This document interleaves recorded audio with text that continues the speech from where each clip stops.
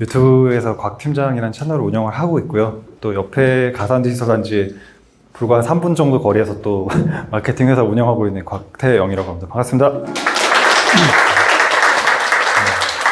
제 소개는 간단히 넘어가도록 하겠습니다.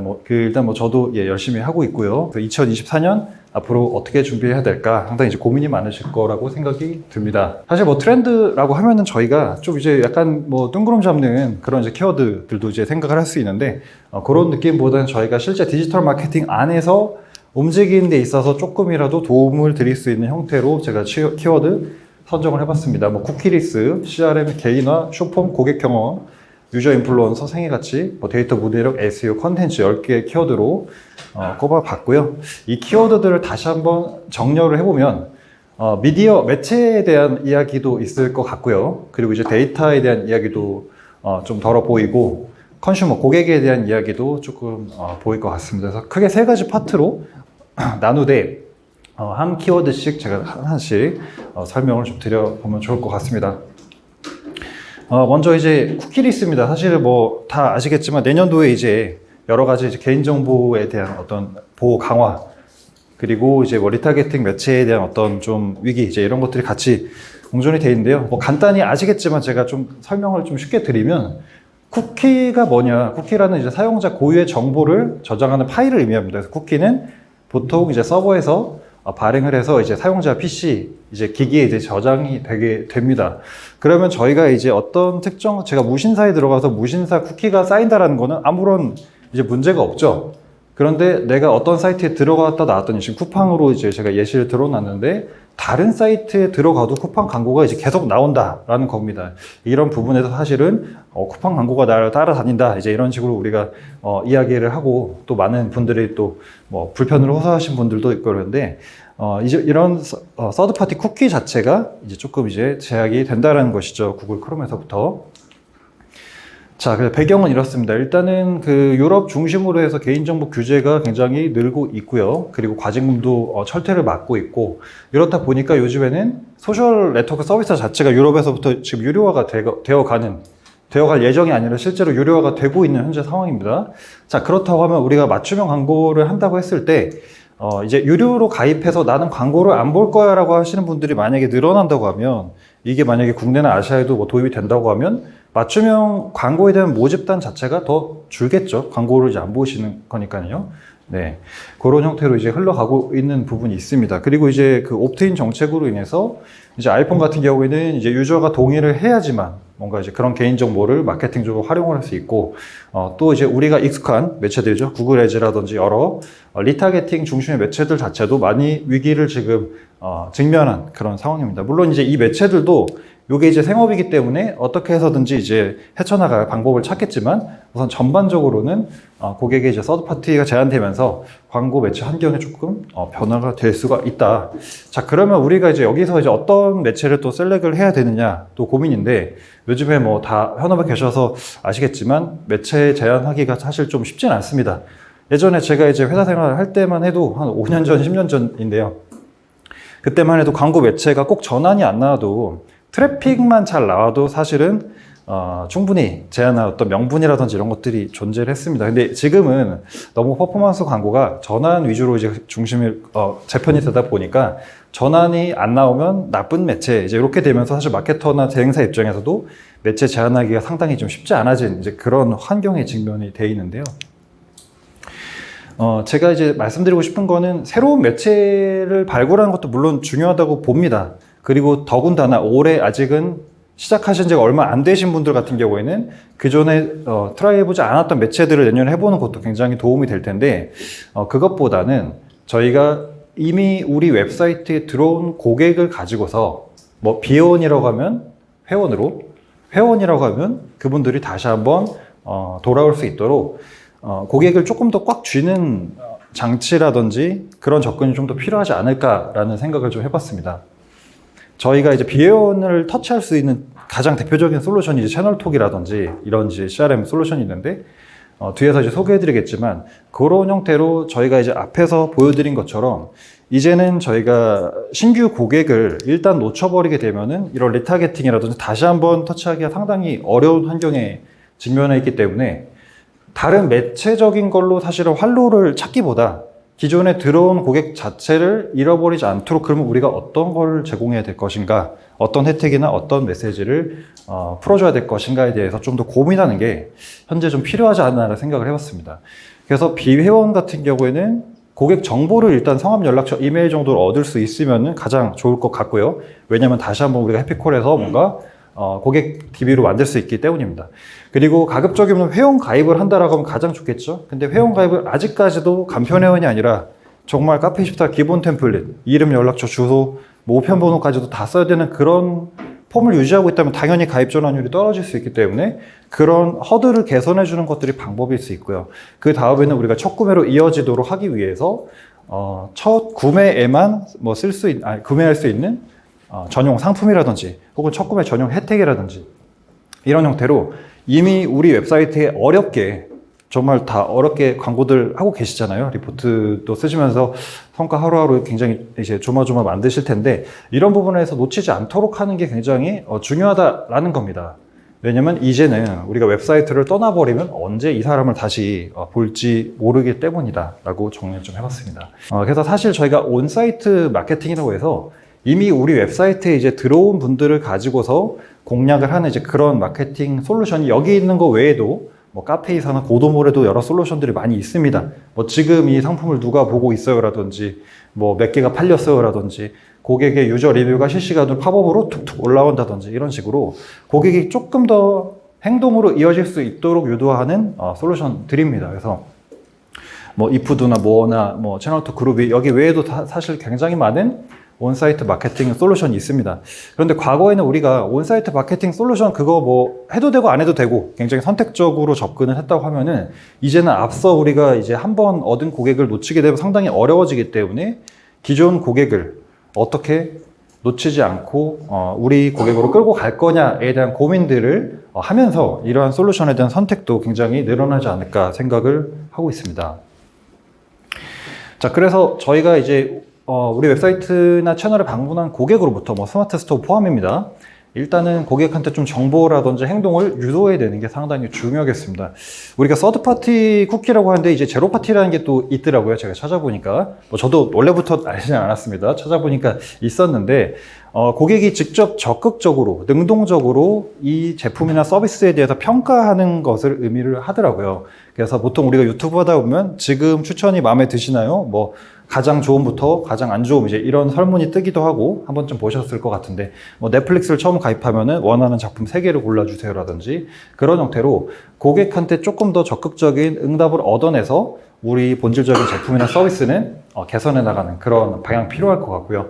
그리고 이제 우리 회원이 됐다, 굉장히 운이 좋게 우리 회원으로 전환이 됐다라고 하면은 이런 분들의 DB를 활용해 가지고 저희가 CRM, 뭐 뒤에서 이제 CRM 파트 말씀드리겠지만, 뭐 채널톡, 그리고 카카오 알림톡, 뭐 이메일 이런 형태를 가지고서 여러 가지 부분에서 CRM 가지고 활용을 하는 것도 상당히 중요하겠다. 그래서 전반적으로 정리를 해보면 이제 새로운 고객을 얻기가 굉장히 이제 힘들어졌고요. 이제 새로운 고객을 얻어도 그분들이 이제 다시 나가버리면은 돌아오기가 상당히 힘든 환경이기 때문에 이런 부분을 통해서 조금 더 고객을 꽉 쥐고 갈 수 있는 그런 마케팅이 필요하겠다라고 말씀을 드릴 수가 있을 것 같습니다. 쿠키리스트 주제에 대해서 좀 다뤄봤는데 조금 쿠키리스트 딱딱한 주제다 보니까 조금 두 번째 유저 인플루언서 주제로 넘어가 보도록 하겠습니다. 사실 여러분들 요즘에 이제 마케팅 하시다 보면은 다 느끼시는 부분이 솔직히 이제 고객들은 브랜드가 뭐라고 하든지 사실 큰 관심이 없습니다. 근데 사실은 고객은 브랜드의 말에 크게 관심이 없고 같은 유저의 말에 굉장히 관심을 기울인다라는 겁니다. 그러다 보니까 왼쪽에 있는 부분이 이제 카페이사에서 사용자 리뷰를 가지고 좀 더 효과적으로 보여주는 솔루션. 요즘에는 뭐 그 스토어 리뷰를 이제 자사물로 끌어오는 그런 솔루션도 많이 있더라고요. 그리고 이제 어떤 오프라인에 가서 쇼핑을 하더라도 예전에는 그 점원한테 이거 어때요? 라고 했다고 하면 지금은 같은 유저 리뷰를 보고서 구매할지 말지를 이제 결정한다는 겁니다. 이런 정도로 고객의 이제 목소리의 중요성이 굉장히 커졌는데요. 사실 인플루언서 시장에 대한 이제 이야기를 하면서 제가 이제 그 유저 리뷰 얘기를 잠깐 한 이유는 우리가 원래 인플루언서라고 이제 알던 어떤 그 그룹들은 굉장히 유명한 뭐 팔로우 몇십만 명 이제 이런 분들을 의미를 했습니다. 인플루언서 시장 계속 성장을 하고 있고 우리가 이제 인지하고 있는 인플루언서도 이 밑에 있는 분들보다는 주로 이제 꼭대기층에 있는 그런 인플루언서로 사실은 알고 있는데요. 요즘에 저희가 이제 그 노출형 PPL이라든지 브랜디드 컨텐츠를 해보면 과연 이 꼭대기에 있는 사람들이 영향력이 굉장히 그만큼 있는가에 대한 의문이 사실 든다는 겁니다. 왜냐하면 규모랑 상관없이 고객이 이 채널이나 인플루언서를 얼만큼 사랑하고 반응하느냐는 좀 별개의 문제라고 보는 겁니다. 그래서 사실 요즘 같은 경우에는 채널 규모 그 자체보다는 채널 규모 대비 인게이지먼트, 어느 정도 좋아요, 댓글, 태그 이런 반응이 얻어지는지를 가지고 좀 더 보고 있다라고 볼 수 있는데요. 그런 측면에서 우리가 인플루언서 자체를 마케팅 인플루언서 섭외할 때 꼭 외부인을, 유명한 사람을 몇 천만 원 주고 브랜디드를 이제 해야 되는가에 대한 생각도 드는 겁니다. 진짜 영향력이라는 이제 개념이 이제 올라오고 있다는 겁니다. 그래서 유튜버나 인플루언서 분석 솔루션에 들어가 보면 요즘에 다 분석 내용 중에 하나가 진짜 영향력 팬이 얼마냐라고 이제 보여주고 있습니다. 제 채널을 이제 띄워놨는데요. 제 채널은 적정 광고비 81만 원입니다. 이 정도 비용이 측정이 되어 있는데 여기 보시면 진짜 영향력은 1514명이라고 나온다는 거죠. 그러면 내가 3만 명의 구독자를 보유하고 있지만 실제 반응을 하는 유저들은 또 다르다라는 겁니다. 그렇죠?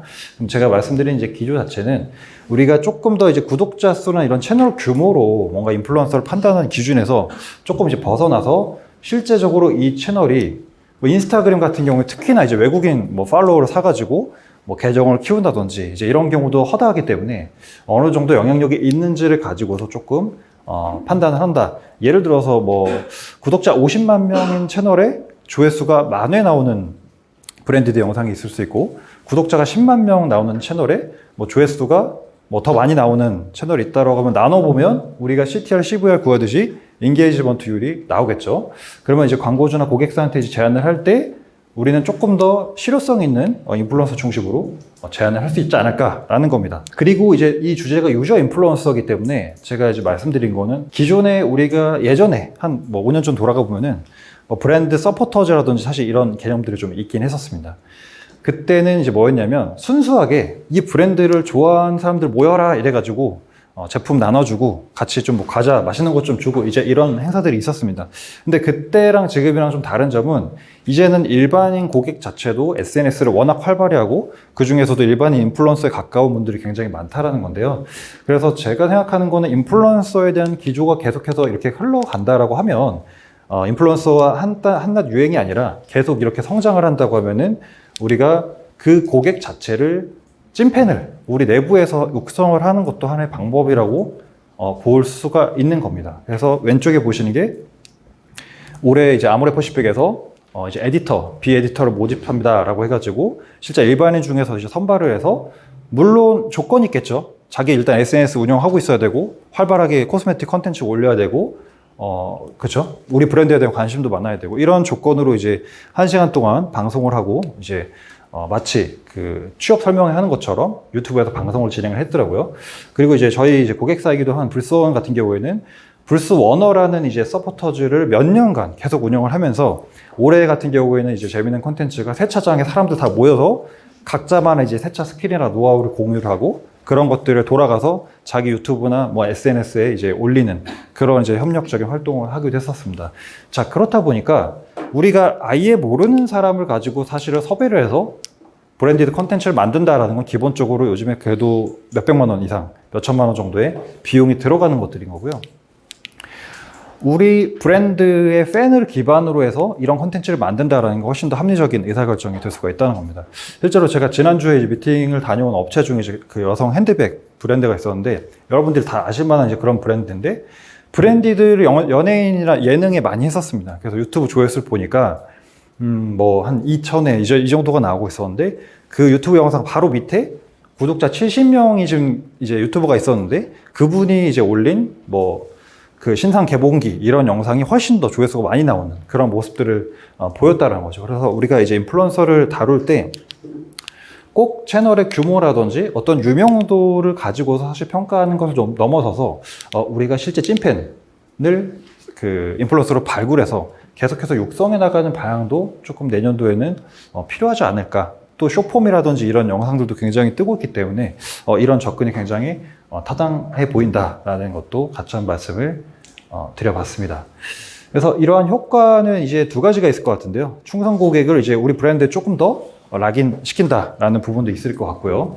그리고 이제 아무래도 소셜 기반에 이분들이 팔로우를 하고 있거나 팔로우가 되어 있으신 분들은 대부분 같은 관심사를 이제 쉐어하시는 분들이다 보니까 조금 더 이분 같은 동질 집단을 대상으로 해서 좀 더 영향력을 깊게 행사할 수 있지 않을까 이렇게 좀 생각이 들어봤습니다.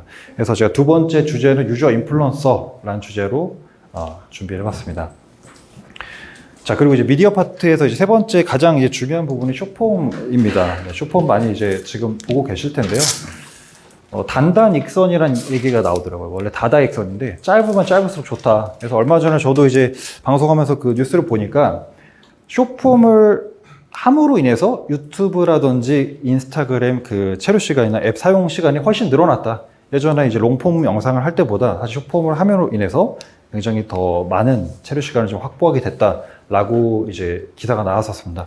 아마 요즘에 이제 영상 그 소비 트렌드를 봐도 저도 이제 영상 자체를 5분 넘어가는 거를 솔직히 잘 안 올리긴 합니다. 왜냐하면 소비 자체가 안 되기 때문에 보통은 이제 한 3, 4분, 5분 뭐 이 정도를 넘지 않게끔 영상을 일단 제작을 하고 있고요. 아마 많은 분들의 시청 패턴도 좀 변화됐다라고 생각이 들고 있습니다. 숏폼이 왜 좋은가 생각을 해봤을 때 숏폼은 대부분 명확한 영상 하나의 주제를 가지고 있습니다. 뭐 식품이라든지 아니면 뭐가 있을까요? 유머라든지 뭐 패션이라든지 여러 가지 명확한 주제를 가지고 있죠.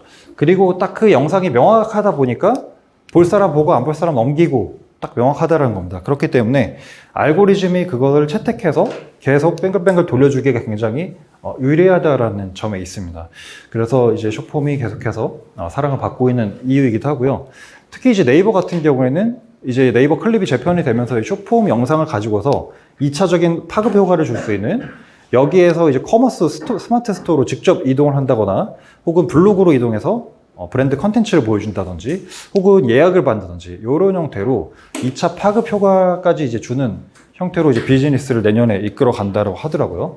그래서 저는 이제 컨텐츠를 기업에서 브랜드에서 만든다는 거에 대해서 우리는 큰 기업도 아닌데 컨텐츠 돈 들여서 만들려면 굉장히 부담스러워. 이제 이렇게 말씀을 많이 하시기 때문에 부담 없이 숏폼으로 한번 좀 생각을 해보시면 어떨까라는 생각이 좀 듭니다. 그래서 알고리즘에 좀 채택을 받으셔서 마케팅적 비즈니스에 좀 기회를 많이 받으시면 좋을 것 같고요. 몇 가지 좀 예시를 갖고 왔습니다. 저희가 일단은 온드미디어를 가지고 있는 상태에서 진행을 할 수가 있겠고요. 근데 이제 왼쪽 사례 같은 경우에는 채널이 어느 정도 팬이 많이 형성이 되어 있는 상태에서 기존에 내가 고객이 알림받기가 많이 되어 있는 상태에서 뭐 라이브 커머스라든지 클립 형태로 진행을 할 수가 있겠지만 아직 이런 기반이 없다. 우린 신생 브랜드다. 라고 할 때는 사실 어쩔 수 없이 이미 성장되어 있는 크리에이터 기반으로 해서 노출형 PPL 내지는 브랜디드를 제작을 하시는 게 좋습니다. 노출형 PPL이란 그냥 단순히 이제 등장하는 것을만을 의미를 하고요. 브랜디드는 완전히 우리 브랜드를 위해서 제작된 콘텐츠를 의미를 합니다. 그래서 이런 형태로 일단 생각을 해볼 수 있겠다. 아마 인스타그램에서 한 번쯤 이제 보신 분들도 계실 텐데 이분이 이제 그 온양석산이라고 하는 정말 말 그대로 돌을 파는 그런 이제 지방의 이제 업체에서 근무하시는 이제 분이신데 인스타그램 릴스랑 전혀 이제 맞지 않는 어떤 그 호흡이긴 하지만 뭐 안녕하세요 저 누구입니다 뭐 돌 사주세요 열심히 하겠습니다 이런 걸로 이제 굉장히 화제가 돼서 굉장히 비즈니스 성장에 많이 도움이 되신 분이기도 하거든요. 제가 이제 이 사례를 꼽아놓은 이유는 꼭 우리가 컨텐츠를 만든다라는 게 엄청나게 많은 비용을 투자를 하거나 꼭 눈에 띄는 브랜드가 아니어도 사실은 어느 정도 접근을 해볼 만하다라는 거를 알려드리기 위해서 인스타그램 온양석산 사례를 좀 보여드렸습니다. 그래서 조금 이분들은 이제 인플루언서로 이제 조금 더 이제 성장을 하면서 지금까지도 젊은 층들한테 돌 구매할 일이 없는데 그냥 팔로우를 하고 있다. 이제 이런 여론도 많이 있으신 거를 제가 확인을 또 할 수 있었습니다. 그래서 숏폼 컨텐츠를 이제 잘 만들기 위해서 조건은 일단 첫 번째로는 꾸준히 가능해야 된다. 그래서 저희도 사실 뭐 대행사를 운영을 하면서 컨텐츠에 대해서 사실 많은 분들이 부담을 느끼고 계시고 기획부터 제대로 해야 되는 거 아니야? 이제 이렇게 말씀하시는 분들이 굉장히 많다라는 겁니다. 근데 저희가 예전에 베이커리 브랜드를 하나 한 적이 있는데 그분은 이제 매일 아침에 나오는 빵만 계속 그냥 꾸준히 릴스에 그냥 하나씩 올리시는 이제 그런 컨텐츠를 했었는데 그런 게 오히려 기획하고 만든 컨텐츠보다 반응이 훨씬 더 좋더라고요. 그러니까 그때 기획성 컨텐츠로는 뭐 어디 회사에 찾아가서 뭐 빵 협찬하고 이런 기획성도 있었는데 그것보다 그냥 데일리 컨텐츠로 하는 게 더 반응이 좋았다라는 겁니다. 그리고 이제 릴스나 쇼츠 자체가 이제 본질적으로는 흥미를 유발하는 그런 컨텐츠이기 때문에 뭔가 길게 뭐 정보 전달을 이제 하는 그런 형태보다는 명확한 재미라든지 흥미를 유도하는 그런 방식이 좀 더 유리하겠습니다. 그리고 이제 고객의 상황을 조금 더 담아서 아무래도 이제 좀 짧은 시간 안에 이제 승부를 봐야 되는 그런 형태다 보니까 우리 브랜드에서 주로 하고 싶은 말, 뭐 USP라든지 이런 건 다 빼고 그래서 그걸 썼을 때 고객 체감 효용이 어떻게 되는지 이런 부분을 조금 더 담아주는 그런 장치가 좀 필요하겠습니다. 그래서 일단 내년에는 시작해야지라고 한 게 아니라 바로 지금부터 하나씩 준비를 해보시면 어떨까 싶습니다. 그래서 숏폼까지 좀 설명을 드려봤습니다. 그래서 미디어에서는 이제 크게 3가지 정도 키워드로 내년도의 변화에 대해서 좀 살펴봤고요. 제가 이제 두 번째 챕터는 이제 데이터라고 해서 잡아놓긴 했는데 뭐 데이터에 정확히 일치한 것도 있고 아닌 것도 있는데 하나씩 보도록 하겠습니다. 사실 이제 이 SEO라는 키워드는 한 번쯤 다 들어보셨을 겁니다. 뭐 고객사에서도 SEO를 어떻게 해야 되냐, SEO가 중요하다라고 이제 얘기를 하고 있는데 보통 이제 검색 엔진 최적화가 이제 방법이 몇 가지가 있죠. 네이버나 구글에서 정식적인 SEO 매뉴얼을 이제 보유를 하고 있기 때문에 이거에 대해서 이해도를 가지신 분들은 개발자나 이런 분들이 그거에 맞게끔 자사몰이나 웹사이트를 수정을 하기도 하고요. 또 한편으로는 그런 지식이 없다라고 하면은 꾸준히 우리 웹사이트에 컨텐츠를 누적시켜주는 게 굉장히 도움이 많이 되기도 합니다. 그래서 제가 뒤에서 예시로 하나씩 보여드리도록 하겠습니다. 자, SEO가 뭐냐? 네이버나 구글에서 인위적인 작업을 통해 상위 노출을 치기보다는 우리 웹사이트나 소셜의 컨텐츠 품질을 높여서 고객과 검색 로봇에게 우수한 웹사이트로 인정받아 점차 노출 기회를 보장받는 그러한 최적화 작업을 SEO라고 합니다. 뭐 이거를 가지고 이제 크몽이나 이런 재능 기부 플랫폼에 가면 작업을 해주신 분들도 있긴 한데 순수한 의미에서 SEO는 조금 더 좋은 품질의 웹사이트를 만든다, 자사모로 만든다라고 볼 수가 있겠습니다. SEO 사례를 좀 소개를 해드리려고 하는데요. 지금 이제 구글에서 제가 공기청정기 추천을 쳤을 때 보통은 스폰서 광고라고 해서 구글에 이제 검색 광고가 먼저 이제 노출이 당연히 되게 됩니다. 근데 우측에 보시면 공기청정기 추천이라고 검색을 했을 때 여기서 스크롤 바로 밑에 노서치라고 하는 저희 이제 그 이전 고객사였던 이제 업체입니다. 당당히 이제 오가닉 이제 1등으로 뜨고 있는데요. 어떻게 이렇게 했을까 봤을 때 사실은 공기청정기 추천이라는 키워드로 들어온 고객한테 실제로 10개 이상 제조사 공시청정 다 뜯어가지고 뭐 소음이며 성능이며 이런 것들을 블로그에 꽉꽉 채워서 적어도 뭐 10,000자 이상씩은 다 쓰셨더라고요. 블로그 자체, 그 홈페이지 자체에. 한마디로 블로그를 홈페이지에 내재화한 것입니다. 그렇다 보니까 사람들이 일단 들어와서 오래 머물면서 컨텐츠를 다 읽기도 하고 또 여러 군데 공유도 되고 백링크라고 하나요? 그렇다 보니까 사실은 사이트 품질이 계속 좋다고 판단해서 뒷페이지에서 앞페이지로 그리고 하단에서 상단으로 점점점 올라가면서 지금 구글에서 아마 검색을 해보셔도 공기청정기 추천 치면 노서치가 오가닉 1등으로 나올 거예요. 그래서 이런 남들은 이제 유료 검색 광고로 노출할 때 자연 유입을 통해서 우리는 비용을 안 내고도 지속적으로 수많은 유저를 획득할 수 있다는 겁니다. 그렇기 때문에 이거를 바꿔 말하면 우리가 내년도에 광고비를 조금 더 합리적으로 사용하면서 컨텐츠로서 고객을 획득하려면 이런 검색 엔진 최적화 SEO도 굉장히 신경을 많이 써주셔야 된다라는 거고요. 네이버는 좀 폐쇄성을 띠기 때문에 사실 네이버 자사 컨텐츠를 좀 대우해주는 경향성이 좀 있죠. 네이버 블로그 포스트 카페 이런 컨텐츠가 우선 노출되게 됩니다. 하지만 구글은 좀 다릅니다. 구글은 어쨌든 뭐 티스토리나 자사몰 자체도 많이 노출이 되고 있기 때문에 이런 부분도 같이 한번 좀 신경을 써주시는 게 좀 필요할 것 같습니다. 블로그 이제 역할을 웹사이트에 담아버린 거죠. 원래는 이제 위성처럼 네이버 블로그를 따로 이제 운영하는데 같이 내재화를 한 겁니다. 공기청정기 비유 컨텐츠 하나에 텍스트가 10,000자까지 이제 들어갈 정도로 아주 꽉꽉 채워서 컨텐츠를 발행을 했다. 그렇기 때문에 일단 첫 번째로 체류 시간 보장이 되겠죠. 그리고 두 번째로는 이탈률 자체가 낮고 또 이제 클릭률도 담보가 된다고 하면 구글 입장에서도 계속해서 이제 상위 노출로 밀어줄 수 있는 그런 접근이라고 할 수가 있겠습니다. 그래서 특히 이제 자사몰을 운영하시는 분들은 자사몰은 사실은 만들어 놓으면 그냥 둥둥 떠다니는 외딴 섬 같은 존재죠. 그러니까 외부에서 우리가 광고를 태워서 메타, 구글 광고로 트래픽을 들여오지 않는 이상은 사실은 자사물은 트래픽을 뭐 스마트 스토어처럼 네이버가 오가닉을 찔끔찔끔 보내준다든지 이런 게 없죠. 그렇다 보니까 이런 컨텐츠로서 그런 난관을 극복을 해갈 수밖에 없다라고 말씀을 드리고 가끔 이제 어떤 분들이 그래서 시킨 대로 했는데 뭐 유입이 없다라고 하시는데 최소 그래도 한 두세 달 이상을 하셔서 꾸준히 쌓아 주셔야 되는 겁니다. 뭐 오늘 한다고 해서 내일 상위 노출이 되기는 사실 좀 힘들 수가 있다는 거죠. 그래서 좋은 SEO, 좋은 검색 엔진 최적화를 위해서는 몇 가지 조건이 필요합니다. 첫 번째로는 주제 일치성. 컨텐츠에 대한 연관도가 일단은 높아야 되는 거죠. 그러니까 공기청정기를 검색을 했을 때 그 키워드와 연관된 다른 키워드를 같이 컨텐츠에 이제 포함을 하고 있어야 이거는 뭐 네이버 블로그 로직과도 일치합니다만 그 웹페이지에 있는 내용이 품질이 좋다라고 일단은 평가를 하는 거고요. 그리고 두 번째로는 여기에 들어가서 어느 정도 체류 시간을 했고 이탈률이 있었는지 구글은 다 이제 모니터링을 하기 때문에 그런 부분에 대한 품질적인 부분.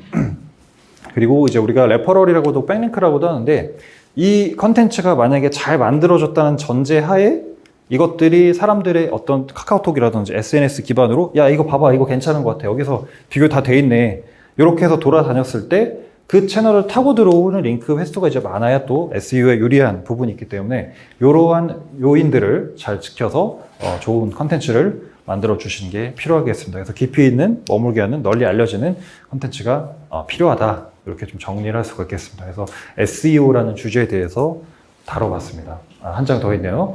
네, 그래서 고객이 원하는 콘텐츠를 만드세요. 제가 해서 하나 예시를 좀 갖고 와봤는데, 제가 예를 들어서 공유 오피스 입주를 할 건데, 어디에 입주할지 고민이 되는 거예요. 위워크, 뭐 스파크 플러스, 패스트5 고민이 되는데, 누군가 가격이라든지 뭐 장단점 정리를 표로 싹 해놨다고 하면, 이 사람 때문에 시간 되게 아꼈네, 되게 고맙네, 라고 할 수도 있는 거고요. 뭐 건기식 업종에서 뭐 무릎 관절에 좋은 영양제 비슷한 거 3개가 있는데, 3개 제가 다 먹어보고 비교해드렸습니다. 라고 하면 그런 컨텐츠가 될 수도 있는 거고요.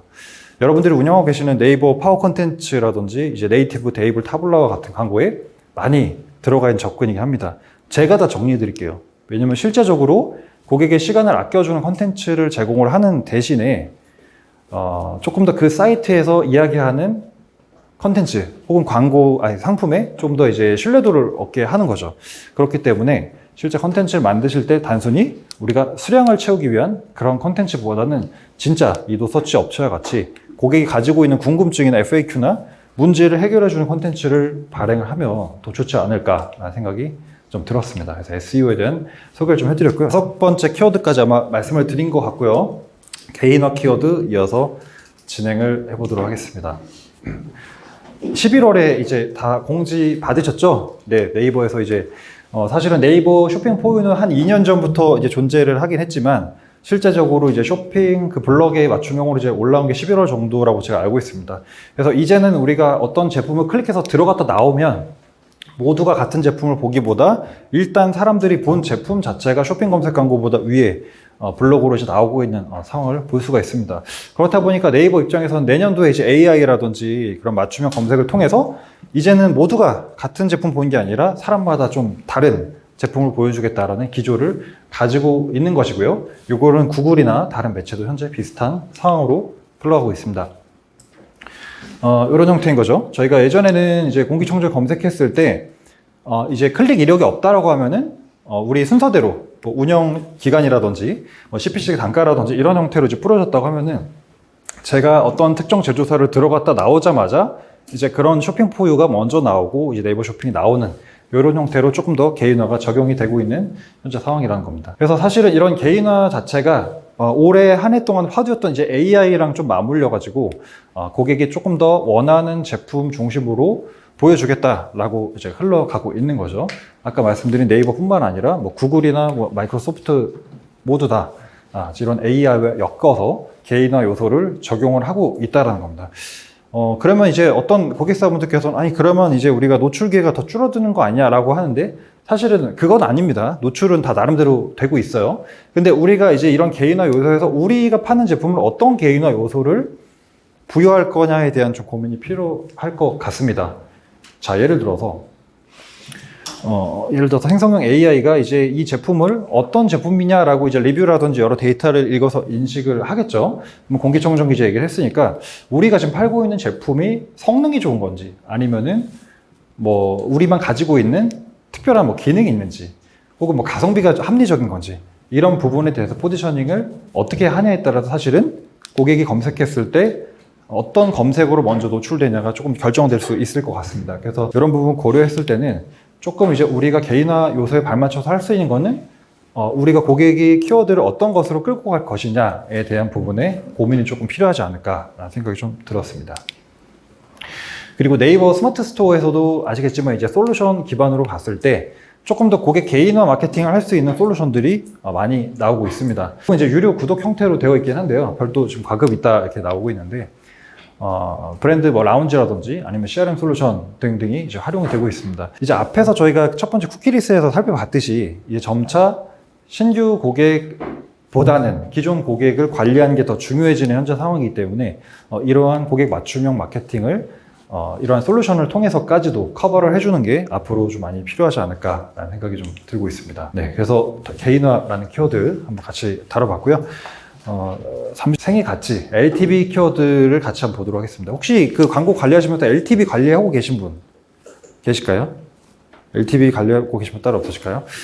저희가 이제 로아스 이후에 로아스는 이제 초기 고객을 획득한 지표다 보니까 획득을 하고 나서 고객이 어쨌든 구매를 하면 전환, 구매를 안 하면 이제 전환이 아닌 건데 구매를 그러면 안 하신 분들은 뭐 설득이 안 됐다 치고 구매를 하신 분들은 다시 돌아오는가 그리고 그분들이 얼만큼 우리 매출에 기여하고 있는가를 결국 평가하는 게 LTV라고 보시면 됩니다. 쉽게 설명드려서 저희가 이제 고객 획득 비용이라고 하는 CAC라고 하는 거는 저희가 최초 구매자를 획득하기까지 지출된 비용, 보통 이제 우리가 뭐 CPA라고도 하는 이제 그런 개념이 되겠고요. 만약에 제가 광고를 열심히 돌려가지고 뭐 15,000원에 한 명의 유료 고객을 획득했다라고 하면은 적어도 15,000원보다 더 많은 비용을 고객이 사이트에서 지불을 이제 해주셔야 되는 거잖아요. 그렇죠? 만약에 획득 비용이 15,000원인데 객단가가 더 적어서 매출액이 더 적으면 안 되겠죠. 그렇다 보니까 이제 생애 가치를 좀 신경을 많이 써주셔야 되는 겁니다. 우리는 지금 광고를 통해서 관리하고 있는 부분은 사실 이 부분입니다. 매체도 바꿔보고 타겟팅도 바꿔보고 소재도 바꿔보고 여러 가지 할 수 있는 트라이들을 하고 있는 거고요. 그렇게 해서 이제 구매로 끝내 이어졌는데 지금 그 구매 1이라고 찍힌 부분이 과연 신규 고객인지 아니면 기존 고객이 다시 돌아온 전환인지 이제 이런 것들을 추적 관리할 필요가 있다는 겁니다. 그래서 보통은 이제 이 CAC 비용 대 고객 생애가치 LTV 비율을 한 1대3 정도를 적정 비율로 보고 있긴 합니다. 한마디로 제가 한 명의 유료 고객을 만드는 데 있어서 10,000원 정도를 만약에 썼다라고 하면은 실제 그 사람이 지금 바로 1회 구매는 아니더라도 여러 번 재구매를 거쳐서 30,000원 이상의 가치는 기여를 해줘야지 그 쇼핑몰이 건전하게 돌아가고 있다라고 보는 겁니다. 그래서 스토어라든지 뭐 자사몰 뿐만 아니라 다 마찬가지로 좀 신경을 써주셔야 되는 지표라고 저는 생각을 하고 있습니다. 왜 중요한가? 사실은 이제는 광고 로아스 자체가 올 한 해 동안 제가 많이 높아졌다라는 분들은 많이 못 봤고요. 주춤하거나 좀 떨어졌다는 분들을 많이 봤습니다. 그만큼 이제 대한민국 이제 경제 가능 인구 2,500만 명 다 웬만하면 가입을 하고 구매를 하는 브랜드들이 다 있다라는 건데요. 이제는 그 뒤에 이야기들이 더 중요하다라는 겁니다. 그래서 아까 말씀드린 대로 적정 비율을 이제 한번 구해 보시면 한번 여러분들 관리하시는 고객사 중에서 뭐 다 할 수는 없으니까 조금 전략적으로 관리가 필요한 부분들은 한번 어드미 데이터 쉐어 받아가지고 한번 구해보시면 대부분 1대3 안 되는 업체들도 굉장히 많습니다. 그럼 그 말인 즉슨, 우리가 내가 앞단에서 광고 매체로 로아스라든지 CPA는 굉장히 관리를 열심히 했는데 이 뒤에 재방문이나 재구매를 유지하는 데 실패했구나. 그럼 왜 그럴까? 어떤 제품을 구매하는 사람들은 재방문, 재구매를 많이 하고 어떤 제품을 구매하는 사람들은 다시 돌아오지 않았을까? 이 상품은 대체 뭐가 문제가 있어서 그런 걸까? 이런 것들을 고민을 해볼 수가 있는 거죠. 우리가 결국에 광고를 돌려가지고 사실 성과를 개선하는 거는 아무리 크리에이티브를 멋지게 만들고 타겟팅 자기가 진짜 뭐 신들린 타겟팅 잡는다 하더라도 본질적으로 그 제품에 설득이 안 되면 좀 힘든 겁니다. 그래서 사실은 뭐 제품 스큐가 한 개밖에 없으시면 어쩔 수 없지만 여러 가지 스큐를 가지고 계신 분들은 제품별로도 이제 이런 재구매율이라든지 LTV를 구해보시는 것도 굉장히 좀 의미가 있지 않을까 생각을 해봤습니다. 저희 이제 실제 고객 사례인 불스원 몰을 불성 공식몰 제가 이제 1년 정도 데이터 컨설팅을 하고 있는데 여기도 역시나 뭐 잘 되고 있긴 하지만 LTV에 대한 개선이 좀 필요하긴 했었습니다. 광고를 워낙 공격적으로 하다 보니까 LTV 개선이 필요해서 저희가 이제 고객이 놓치지 않도록 뭐 채널 톡 CRM도 보내고 그리고 문자도 보내고 이런 식으로 해서 고객이 한번 돌아오면 최대한 많은 가치를 뽑아낼 수 있도록 마케팅 활동을 하고 있는 것이죠. 우리가 꼭 마케팅이라는 게 매체를 활용해서 외부에 있는 사람들한테 하는 것도 마케팅이지만 안에 있는 사람들한테 하는 것도 일종의 마케팅이기 때문에 이런 활동을 통해서 저희는 획득 비용은 우리가 낮추기 좀 힘드니까 그렇죠? 열심히 지금 낮추고 있지만 힘드니까 고객이 지불하는 가치 자체를 조금 더 높이려고 이런 활동을 진행을 하기도 했었습니다. 그래서 내년도 이야기이기 때문에 이제는 우리가 광고 매체는 당연히 기본적으로 운영을 하면서 지금 로아스 관점은 이런 거죠. 지금 우리 광고비 이번 달에 12월에 얼마 썼어? 그래서 얼마 나왔어? 이제 광고 효율을 좀 추적하는 방식이라고 하면은 이제는 우리가 첫 고객 획득 이후에 얼만큼 기여를 하고 있냐. 고객이 재방문 속도나 구매 속도라고 보통 하더라고요. 주기라기보다 요즘에. 그래서 구매 속도라든지 재방문 속도가 어떻냐라는 것들도 눈여겨봐야 되지 않을까라는 생각이 듭니다. 그래서 보통은 제가 봤을 때 한 번 구매를 하고 다시 안 돌아오시는 고객이 과반 이상의 쇼핑몰이 많기 때문에 그런 비율을 낮추는 것 자체가 신규 고객의 볼륨을 1.2배, 1.5배, 2배 늘리는 것보다 더 낫다고 보는 겁니다. 제가 어저께도 영상에 올렸는데 그 글로벌에서 이제 컨설팅에서 베인앤컴퍼니에서 재방문율이나 재구매율이 5%만 늘어나도 전체 매출이 최대 30%까지 늘어날 수 있다라고 이제 이야기를 하기도 했더라고요. 그래서 이런 부분도 조금 생소하시긴 할 수 있지만 잘 신경을 써주시면 좋을 것 같습니다. 네, 그리고 점점 제가 어려운 키워드로 구성을 해놔서 다 이제 실망하신 그런 표정들이 제가 되게 재밌는 키워드를 가져오실 거라 기대해 주셨을 것 같은데 죄송합니다. 뭐 어쩔 수 없습니다. 네, 배워야 되는 거니까요. 데이터 문해력, 데이터 리터러시라고 하나요? 네, 보도록 하겠습니다. 제가 GA도 교육을 회사에서 하고 있는데 다 많은 분들이 GA를 이제 책이나 패스트 캠퍼스나 결제해서 봤는데 대체 들어가서 봐야 될, 뭘 봐야 될지 모르겠다. 지표가 너무 많다라고들 이야기를 하십니다. 근데 이런 부분들이 저는 이제 생각을 하는 게 데이터를 분석함에 있어서 관점 자체가 좀 없다라고 보는 겁니다. 이게 지금 무슨 화면이죠? 소스 배치? 그런 화면인 것 같은데 들어갔을 때 데이터 원하는 대로 나오네. 근데 여기서 뭐 봐야 되지? 이런 생각이 벌써 든다라는 거죠. 그리고 이제 한 번쯤 다 들어보셨으면 파이썬, SQL, 이거 하면 데이터 분석 잘할 수 있을 것 같고 또 요즘에 태블로라든지 아디레일 같은 솔루션도 있기 때문에 이거 하면 내가 분석을 좀 더 잘할 것 같고 이제 이런 이제 착각이 들 수가 있다라는 거죠. 근데 사실 데이터 분석의 본질은 기술이 아니라 저는 관점이다 이렇게 생각을 합니다. 일례로 저희 회사 직원들한테는 데이터 분석을 한다고 할 때 데이터 로그인 하지 말라 그래요. 네가 보고 싶은 게 뭔데? 지금 뭐 재구매율이야? 아니면 뭐 생애 가치야? 그러면 그거에 대해서 우리가 무엇을 볼지를 정해놓고 그거를 판단하기 위해서 어떤 지표를 봐야 되며 그 지표가 실제로 GA 들어가서 나왔을 때 만약에 58%로 나오면 그게 좋은 거야 나쁜 거야를 어떤 기준으로 평가할 거냐에 대한 시나리오를 마련을 하고 나서 사실은 그거를 보기 위해서 도구를 활용하는 건데 요즘은 거꾸로 됐죠. 일단 GA4 마스터해야 되고 태블로 마스터해야 되고 이제 이런 개념이라는 겁니다. 그래서 그런 관점을 조금 보정하기 위해서 제가 이 얘기를 굳이 좀 가져와 보긴 했습니다. 데이터 툴을 어떻게 하면 잘 다룰까라는 관점보다는 우리가 지금 왜 데이터를 보려고 하는지가 좀 더 필요하다라는 겁니다. 그런 관점이 뭔데요? 라고 이제 물어보실 수가 있겠죠. 데이터 분석 관점이라는 건 우리가 데이터를 통해서 얻고자 하는 거, 어떤 문제에 접근하고자 하는가. 사실 문제라는 건 없죠. 근데 이제 마케터가 좀 관심을 가지는 거죠. 우리 사이트는 지금 남자 대 여자 성별 비중이 얼마나 될까? 혹은 3회 이상 재구매하신 분들은 얼마나 될까? 그리고 내가 이번에 기획한 제품이 있는데 이걸 구매하신 분들은 재구매를 얼마나 했을까? 이런 관점을 중심에 두고서 거기서부터 시작하는 거죠. 그러면 그것을 평가하려면 어떤 지표를 봐야 되고, 뭐 로아스를 봐야 되냐? 아니면은 뭐 체류 시간을 봐야 되냐? 전환율을 봐야 되냐? 그리고 나서 그런 지표가 GA에 비로소 있을 때 기준 자체도 중요하다고 봅니다. 제가 이제 미팅을 많이 나가다 보면은 다른 업체는 CPC가 500원인데 저희는 2,000원이에요. 라든지 다른 업체는 전환율이 5% 나온다는데 저희는 3%밖에 안 나와요. 이런 좀 의미 없는 질문을 많이 받습니다. 사실은 이제 CPC나 로아스나 다 마찬가지지만 상대 수치인 거죠. 상대 수치이기 때문에 같은 CPC 500원에 들여온 두 가지 고객사가 있다고 하더라도 그 사람이 가지고 있는 전환율 컨디션이라든지 객단가라든지 라는 거에 따라서 그 CPC 500원이 좋냐 안 좋냐는 굉장히 다양한 기준으로 평가가 될 수 있다는 거죠. 그렇기 때문에 데이터 분석을 할 때 우리가 일단은 보고 싶은 문제를 가지고 거기에 대한 지표를 가지고서 봤을 때 이거를 남들 업체하고 비교하기보다 우리가 기존에 쌓아온 실적, 지금 12월이니까 1월부터 11월까지 쌓아온 어떤 추이선 자체를 추적 관리를 하면서 더 떨어지는지 올라가는지를 사실 보는 게 좀 더 맞지. 이거를 뭐 다른 타사랑 갑자기 뜬금없이 비교를 하는 건 좀 안 맞을 수도 있다라는 겁니다. 이거를 이제 추적 관리하는 게 중요한 거죠. 그래서 이제 데이터를 통해서 브랜드의 문제를 찾는다라는 겁니다. 제가 예시를 좀 갖고 와봤는데, 아까 제가 이제 문제가 필요하다고 했잖아요. 정의가 처음에. 그리고 그거를 어떤 지표를 보고 어떤 기준을 평가할 거냐가 필요하다고 말씀드렸습니다. 자, 예를 들어서 첫 번째, 구매 혜택 매력도를 체크를 하고자 저희가 이번에 어떤 그 연말 사은 프로모션을 준비를 했습니다.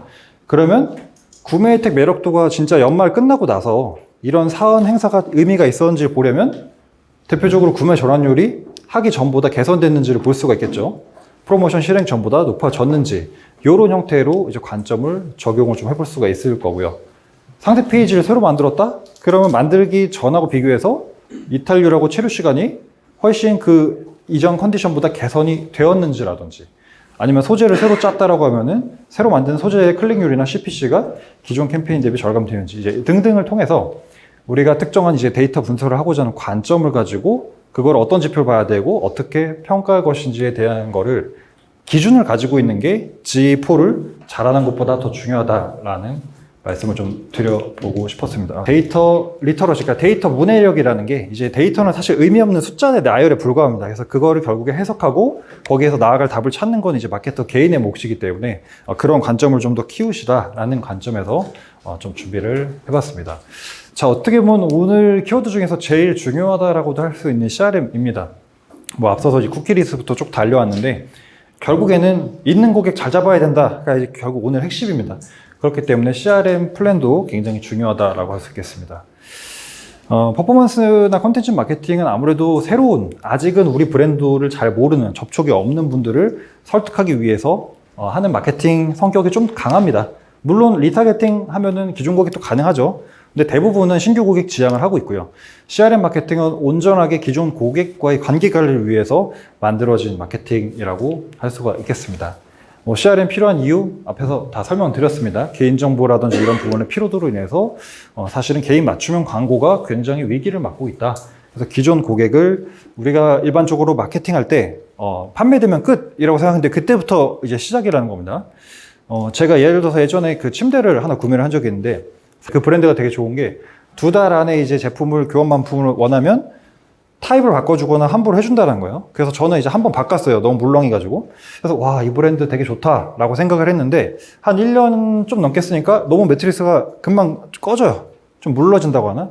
그러면 결국에는 고객이 향후에 내가 이 제품을 재구매하거나 누군가에게 추천한다라고 했을 때는 좀 추천하기 힘들겠죠. 그렇기 때문에 마케팅이 사실은 팔고 나서가 끝이 아니라 이런 이제 고객 관계 관리가 굉장히 중요한데요. CRM은 사실 몇 가지 방법론이 있습니다. 우리가 일반적으로 문자나 이메일, 카카오 채널을 통해서 단기적인 어떤 리텐션을 확보하는 경우도 있고요. 아까 저희가 온사이트 마케팅이라고 소개해드린 사이트 내부에서 우리가 고객을 붙잡는 것 자체도 일종의 실시간적인 CRM이다라고 할 수가 있겠습니다.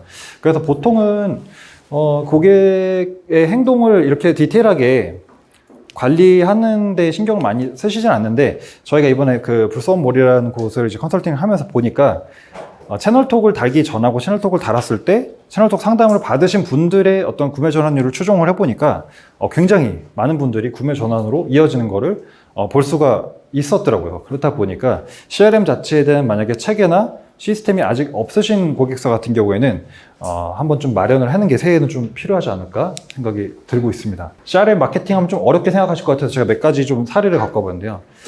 첫 번째로 우리가 회원 가입을 아직 안 했다라고 하면은 가입 이후에 구매까지 유도하기 위해서 뭐 첫 구매 혜택 제공해 주는 것 자체가 일종의 또 CRM일 수 있는 겁니다. 뭐 프로모션일 수 있지만 CRM이라고 볼 수 있죠. 그런데 이제 보통 CRM이라고 하면은 처음 이제 어떤 그 인터랙션이 일어나고 나서 상호작용이 있고 나서 다시 재방문이나 재구매가 없는 고객에게 대상으로 하는 경우가 많습니다. 그래서 이때는 만약에 우리가 구매 주기가 60일이다라고 하면은 뭐 53일 정도에 뭐 문자를 보낸다든지, 특히 이제 컬리에서도 저한테 이제 문자가 많이 오더라고요. 뭐 8,000원 쿠폰 발행됐습니다. 유효기간 오늘 만료.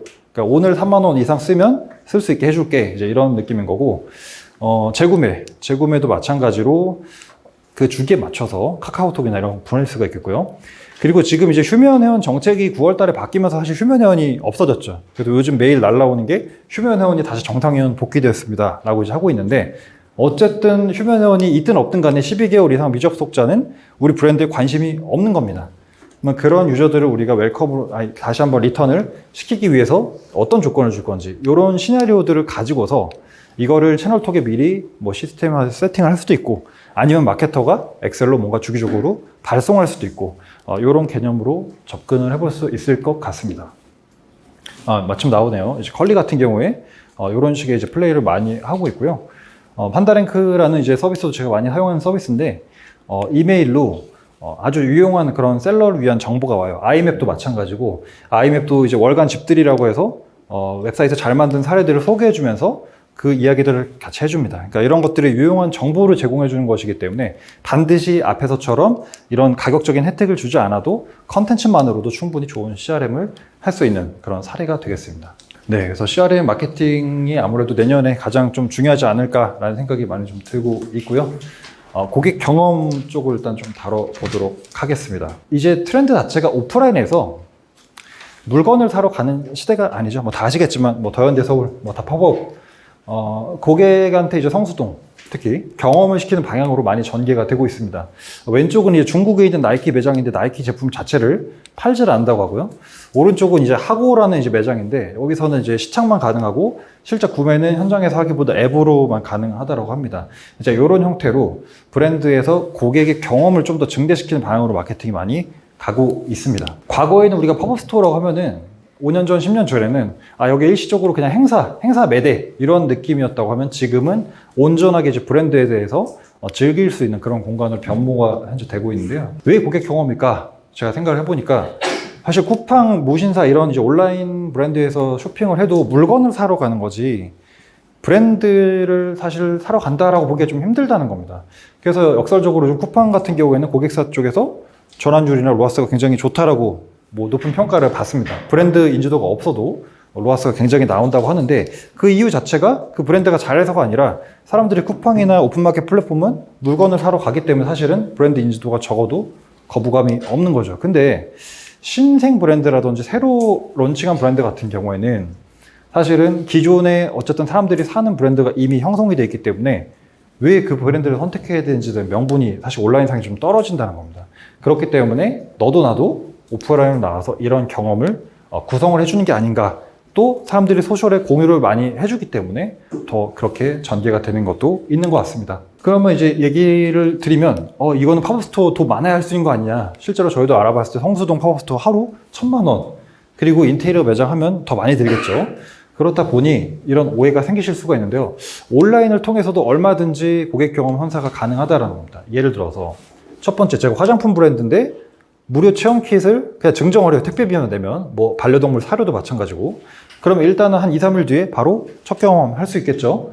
그리고 아까 최초에 설명드린 처음 가입 시에만 내가 구매할 수 있는 최초 1회만 구매 가능한 상품이 있다. 이런 거 카페에서나 다 세팅 기본적으로 가능하죠. 스타터팩을 만든다라든지, 아니면 좀 고가 상품인 경우에는 이거를 빌려준다든지, 아니면 내가 예를 들어서 오징어를 샀는데 오징어를 샀을 때 다른 제품도 같이 맛보기로 좀 줘서 크로스셀링을 유도한다든지, 이런 형태로 온라인상에서도 고객 경험을 선사할 수 있는 포인트가 있고, 특히 단번에 구매 유도를 하기 힘든 그런 고관여 제품 같은 경우에는 이러한 고객 경험 전략이 상당히 유효하다는 겁니다. 저희 회사에서도 이제 한 70만 원짜리 전자칠판 이제 광고를 한 1년 정도 했는데, 처음에는 그거를 전환 캠페인으로 그냥 드립다 팔았더니 잘 안 됐습니다. 로아스가 막 10몇 % 이렇게 나왔었는데, 여기서 이제 기간제 임대 2주 무료 체험으로 바꾸고 나서 그 무료 체험 하신 분들한테는 전환율이 50%가 넘었었습니다. 그렇다 보니까 여러분들이 뭐 주얼리를 하고 계신다, 아니면 뭐 전자제품 하고 계신다, 이런 분들은 오프라인 쇼룸에 뭐 내방 유도를 한 형태로 캠페인을 짜본다든지, 이런 부분들이 조금 더 유효할 수 있고, 그만큼 고객 경험이 구매로 가기 전에 약간의 그런 완충 장치를 해준다. 이렇게 봐주시면 좋을 것 같습니다. 뭐 이런 거죠. 그러니까 우리가 사실 쇼핑하면서 나 그거 제품 살려고 봤어. 이런 거는 그냥 금방 까먹습니다. 그쵸? 금방 망각을 하지만 밖에서 느낀 특별한 경험 자체는 쉽게 잊어버리기 힘들다는 거죠. 그래서 평범한 기억은 망각하지만 특별한 경험은 기억을 한다. 그래서 결론은 팝업 스토어 하라는 얘기가 아닙니다. 어떻게든지 온라인 상에서라도 고객 경험을 제공할 수 있는 방법을 찾는 게 좀 필요하다라고 생각을 해주시면 좋을 것 같습니다. 자, 그리고 마지막 컨텐츠인가요? 네. 컨텐츠에 대해서 다뤄보겠습니다. 자, 광고를 우리가 열심히 하고 있는데 광고랑 컨텐츠가 뭐가 다르냐? 그냥 쉽게 말하면 광고는 계속 돈이 듭니다. 광고 끄면 다시 매출, 제자리로 돌아가죠. 그런데 이제 컨텐츠 같은 경우에는 돈이 아예 안 들진 않지만 그나마 광고보단 조금 적게 듭니다. 그리고 광고는 이제 그만큼 일시적이고 휘발성이 강하지만 콘텐츠는 지속 가능하고 영향력이 계속 알고리즘을 타고 더 파생된다든지 이런 성향이 좀 있습니다. 그리고 신규 고객뿐만 아니라 전체 고객까지도 커버 가능한 아까 보여드린 노서치의 공기청정기 추천 이제 이런 콘텐츠가 대표적인 사례라고 할 수 있겠습니다. 차이가 좀 있는데요. 비유를 좀 해보면 퍼포먼스 마케팅은 우리가 약간은 고객한테 직접 마중 나가서 우리 이런 브랜드예요. 이런 거 있어요. 한번 좀 관심 가져주세요. 라고 해서 어프로치를 해서 전환으로까지 유도하는 그런 구조를 가지고 있습니다. 대부분. 근데 컨텐츠 마케팅은 시작은 이제 미약할지라도 뭐 예를 들어서 경주에는 경주월드다. 처음엔 아무도 모르지만 점점점 시간이 지났을 때 우리가 홍보를 하지 않아도 야 거기 가면 뭐 재밌는 거 있대라고 해서 사람들이 알아서 좀 지방 멀리 있어도 찾아오게 만드는 것처럼 컨텐츠 마케팅이란 좀 이런 성향을 가지고 있긴 합니다. 브랜드가 너무 많기 때문에 이제는 우리가 뭐 퍼포먼스 광고로 우리 제품이 더 좋습니다 라고 이야기하기보다는 조금 차별적인 접근이 좀 필요하다고 생각이 되고 있습니다. 컨텐츠를 이제 어떻게 운영해야 되냐 두 가지 영향이 있을 것 두 가지 유형이 있을 것 같습니다. 첫 번째로는 이제 온드미디어를 통해서 우리가 직접 운영을 하는 건데 사실 쉽지 않죠. 인하우스 마케터 분들이 지금 할 일도 많은데 광고도 지금 할 여력이 없어서 대행사에 맡기고 있는데 직접 운영? 사실 쉽진 않지만 아까 쇼폼에서 소개해드린 것처럼 컨텐츠에 대한 완성도에 대한 부담을 좀 낮춘다고 하면은 충분히 광고에 대한 좋은 대안이 될 수 있을 거라 생각을 저는 하고 있고요. 그리고 조금 여력이 있다, 경제적 여력이 있다라고 하면은 아무래도 인플루언서나 유튜버를 중심으로 브랜디드 컨텐츠까지도 꾸려준다라고 하면은 사실은 굉장히 도움이 많이 될 것 같습니다. 그래서 이제는 광고 매체는 누구나 다 하고 있고 검색 광고, 뭐 쇼핑 검색, 뭐 DA 안 하는 솔직히 고객사 거의 없잖아요. 네. 그렇기 때문에 컨텐츠 자체로서 조금 차별화 포인트를 가져가면 어떨까. 앞에 쇼폼도 뭐 비슷한 맥락이었던 것 같습니다. 컨텐츠에 대한 기대 효과는 다음과 같습니다. 첫 번째로 아까 제가 공기청정기 추천 보여드린 것처럼 SEO, 검색 엔진에서 조금 더 점수를 받으면 오가닉한 그런 사용자를 이제 받을 수 있다는 거고요. 두 번째로는 이제 우리 브랜드에 대한 팬을 확보를 할 수 있습니다. 특히 유튜브 같은 경우에는 상호작용이 가능한 채널이기 때문에 그리고 이제 아무래도 꾸준히 컨텐츠가 아카이빙이 되면은 브랜드에 대한 정체성까지도 담을 수 있다. 뭐 다 아는 얘기긴 하지만 그래도 중요한 그런 포인트라고 할 수 있겠습니다. 조금 오늘 이제 말씀드린 10가지 키워드 다시 한번 정리를 하고 마치도록 하겠습니다. 첫 번째 이제 매체 파트에서는 저희가 쿠키리스 유저 인플루언서 쇼폼에 대한 얘기를 했었고요. 쿠키리스는 아무래도 이제 리타게팅 중심의 광고가 어려워질 거 생각이 되기 때문에 이를 돌파할 만한 새로운 매체가 있으면 사실 그렇게 하면 되겠지만 그럴 매체 요즘 많이 없죠. 예, 많이 좀 제약이 있기 때문에 그런 점에서 이제 우리 사이트에 들어온 사람들을 잃어버리지 않을 만한 그런 장치가 좀 필요하다라고 해서 온사이트 마케팅, 뭐 솔루션 이런 부분 소개를 드렸고요. 두 번째로 이제 유저 인플루언서인데 인플루언서 시장 자체가 이제 한낱 유행으로 끝나는 게 아니라 꾸준히 시장을 성장하고 있는데 사람들이 인플루언서라고 평가하는 사람의 기준이 예전에는 유명도였다면 지금은 실제 인게이지먼트율이라든지 우리 브랜드의 찐팬에서 유저 인플루언서를 발굴하는 흐름으로 바뀌었다는 겁니다. 그래서 이런 부분을 좀 활용한 부분. 그리고 쇼폼은 이제 아무래도 짧은 컨텐츠가 대세인 건 다 누구나 이제 인정하는 사실이기 때문에 내년도에 컨텐츠에 대한 부담을 좀 낮추면서 바로 시작하는 컨텐츠로 좀 접근을 하면 어떨까. 또 쇼폼도 광고 돌릴 수 있기 때문에 쇼폼 컨텐츠를 기반으로 광고 페이드를 태운 것도 좀 고려해 볼 수 있을 것 같습니다. 자, 그리고 데이터 부분에서는 이제 SEO 말씀드렸고요. 이거는 이제 아까 노서치 브랜드의 사례처럼 이제는 오가닉으로 우리가 이제 사람들을 받으려면 사이트에 유의미한 컨텐츠가 있어야 된다라는 거였습니다. 그리고 이제 개인화 부분은 이제 네이버에서 네이버 쇼핑 포유 본격적으로 이제 올라오고 있기 때문에 그런 부분에서 개인화 우리가 됐을 때 어떤 카테고리로 우리를 분류시킬 거냐. 우리는 가성비 브랜드인가? 아니면 우리는 어떤 특별한 성능을 강조할 것인가에 대한 포인트 필요하다고 말씀드렸고요. 생애가치, 사실 LTV라는 부분에 대해서 좀 생소하긴 하지만 이제는 광고를 통해서 신규 고객을 획득하는 것만큼 그 고객을 얼만큼 오래 그리고 어느 정도 그 사람이 우리 회사 매출에 기여를 하는지에 대해서 정확히 평가하는 게 굉장히 중요하고, 고객 획득 비용 대 실제 고객 생애 그 가치 비용은 한 1대3 정도가 적정 비율이다라고 말씀드렸습니다. 오늘 내일 정도 한번 구해보시면 좋을 것 같고요. 그리고 데이터 문해력이라고 하는 부분은 우리가 GA4를 아무리 열심히 배워도 데이터를 읽을 수 있는 관점이 없으면 말짱 꽝이기 때문에 우리가 어떤 문제를 해결하길 원하고 거기에서 어떤 지표를 봐야 되고 그 지표에 대한 좋고 나쁨을 어떤 기준으로 평가할 것인지에 대한 이야기였습니다. 그리고 마지막 이제 고객 파트에서는요, 사실은 이제 내년도도 사실은 퍼포먼스 자체가 이제 쉬운 전망은 아니기 때문에 기존 고객과의 관계 관리를 특정 카카오톡이나 이메일 같은 채널을 통해서 하거나 혹은 우리 웹사이트에서 조금 더 실시간적으로 이탈하지 못하게 잡아주는 그런 장치가 필요하다 말씀드렸습니다. 그리고 고객 경험은 이제 우리가 팝업 스토어 이렇게 생각을 할 수 있지만 사실 그게 아니라 온라인 상에서도 고객을 처음 설득하기 위해서 다양한 체험 키트라든지 스타터 팩으로 설득을 하는 부분이 필요하다. 꼭 반드시 첫 유입에, 첫 구매에 본품을 사야 된다는 마인드를 좀 버리고 좀 다양한 채널로 설득을 해보자라는 이야기였습니다.